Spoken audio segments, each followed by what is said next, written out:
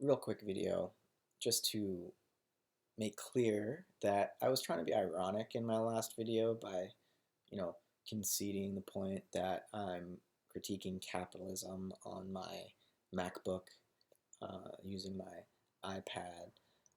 I think that particular line of attack on socialists or those who are critical of capitalism that, oh, you're doing that using your iPhone on Twitter, as if that's some kind of knockdown argument. Um, I didn't feel the need to directly respond to that, other than to be kind of ironic about it, because I think it's such a shallow argument. But let me spell it out. Um, and plenty of commenters spelled it out for us. But basically, my point of view on this would be um, the the basic research that allowed for the internet, the microprocessor, many of the other components of these technologies to be produced. That basic research was, it came from public funding. The government invested, and these technologies were the result of that investment, and then the dynamics of capitalism are such that that public investment is then co-opted and sold for the private profit of corporations. It's one of the ways that, you know, the public gets shafted um, in the capitalist system. But that said, it's clear that once these technologies were created and privatized, Apple computers, it designs its things in California and then it manufactures them in China. Why? Because labor can be more easily exploited in China. I admit to participating in that um, system by purchasing these products, and I do feel guilt for that. I'm guilty of that, right? And at the same time, I buy food at the grocery store and am in that way participating in the capitalist economy. And the point here is that we're embedded in this economic system and it's global in its extent and there is no escape. And I do my best to um, educate myself about its dynamics and to position myself so as to not be completely dependent on it in whatever ways I can find. But it's just difficult, if not impossible, to exist outside of the global market that capitalism has created. Uh, there is no more frontier. Capitalism used to be able to continue to grow and make more and more profit because there was a frontier.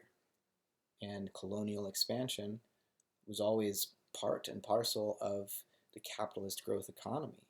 Capitalism was able to make profits for so long and is able to continue to make profits today, though they are lessening, because of this expansion of the colonial powers into new worlds where labor could be exploited either at first through slavery or lower wages than they have to pay. The owners would have to pay people that are employed in North America or in Europe, and there's natural resources to exploit on the frontiers. And now that capitalism is globalized, there's nothing left. There's people in China aren't going to be asking for less money in the next decade or two. They're going to want to be paid fair wages, and the gigantic sludge ponds that are the result of lithium mining are not just going to continue to be cheap for battery manufacturers to pollute. So pollution is going to become more expensive, and labor is going to become more expensive, and that's going to eat into the capitalist profit. And so we're reaching a crisis of capitalism. And the question, I think, for those of us who are honestly looking at this problem is not which is better, Marxism or capitalism.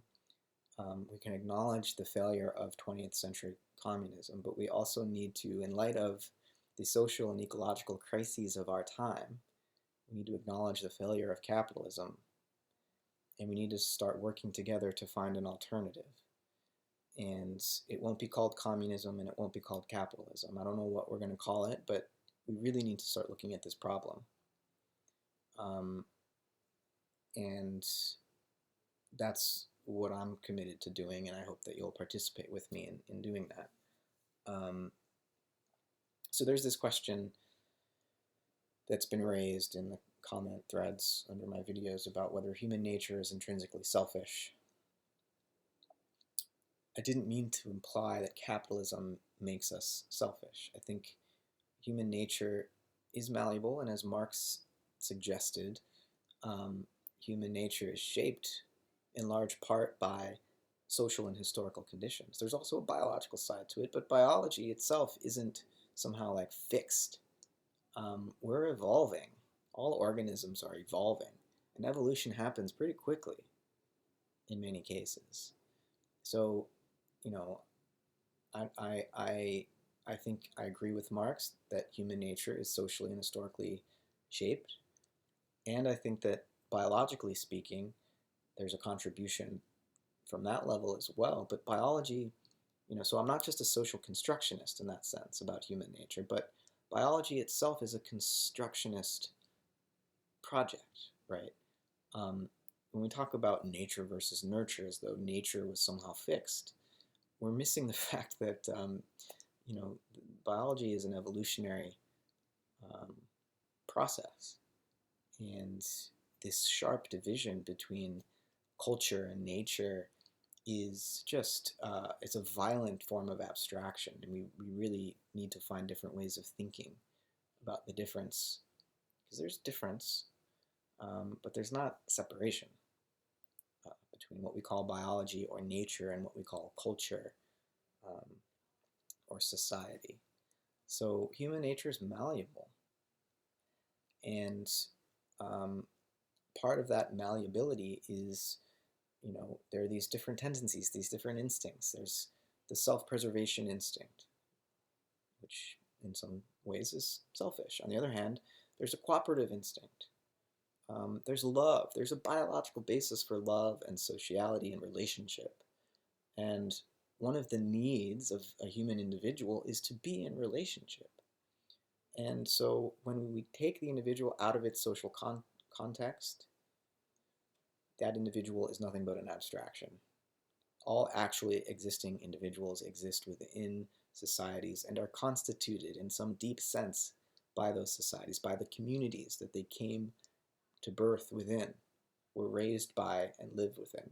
Similarly, if you try to separate society from the individuals that compose it, that society as an idea becomes an abstraction. We need to hold these things together and maintain the dialectical tension. We have selfish instincts, and we have cooperative, altruistic instincts. And what I would want to suggest is that capitalist social relations tend to emphasize and reward the selfish part of our nature. It doesn't create the selfish part of our nature, but it rewards it, it emphasizes it, and it belittles the other side of our nature, which is altruism and sharing and caring about others. That's belittled as, oh, like, isn't that nice? Whereas the selfish side of it is championed. Greed is championed as the engine of creativity and productivity and advancement. And I think that's pathological, right? So that aspect of capitalism is pathological. It doesn't create selfishness, but the way that it emphasizes it in this imbalanced way is pathological. So this question, I think that we can look at together, those of us who are interested in finding a way forward in the next century, who are willing to acknowledge that actually existing capitalism and actually existing communism, regardless of whatever our theories of the ideals may be, as they have actually historically existed, as capitalism exists now, as communism has existed in the past, they failed. So what are the alternatives we can imagine for a more flourishing future?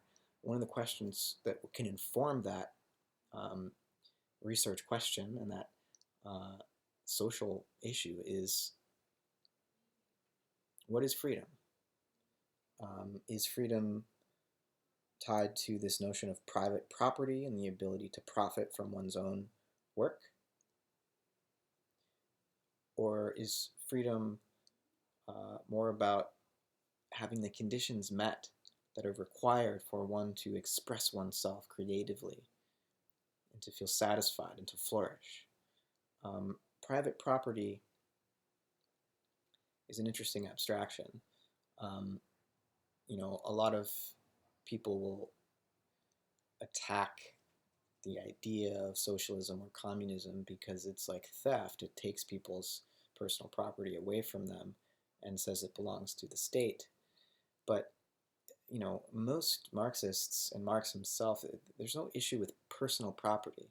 Private property is something different than just personal property, like the things that you use on a day-to-day basis. It's like private property refers to the means of production, right?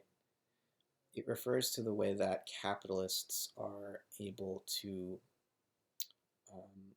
monopolize the power, the commodity producing engines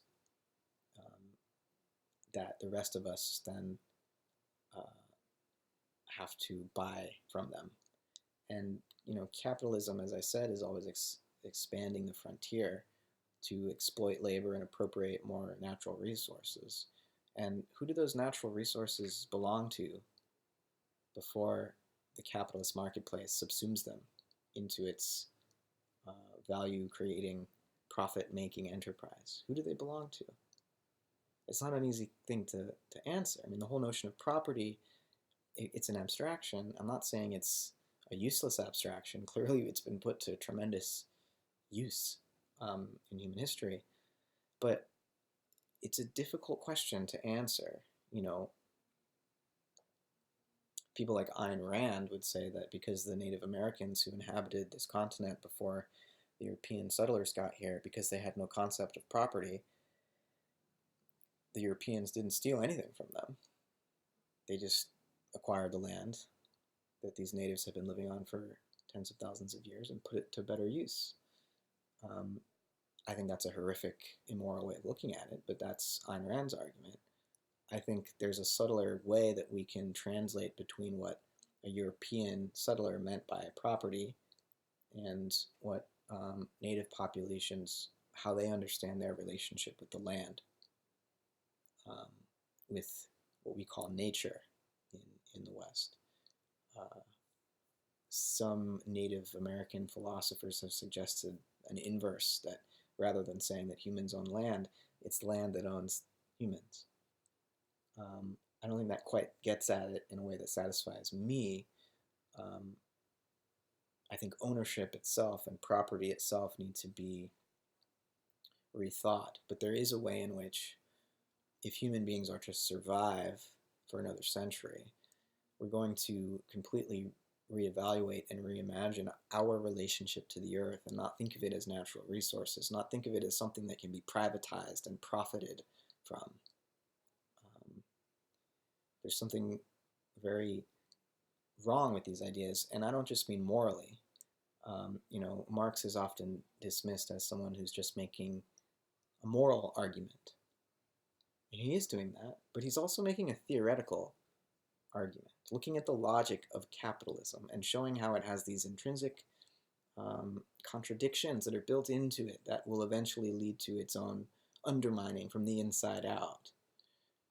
Any critique of Marxism that doesn't look at that, at Marx's account of the logic of capitalism, how it produces value, how it exploits labor and appropriates natural resources to produce surplus value. Anyone who dismisses Marx is just a moralist. I think doesn't know what they're talking about and hasn't really looked at why Marxism is a significant economic theory or theory of political economy.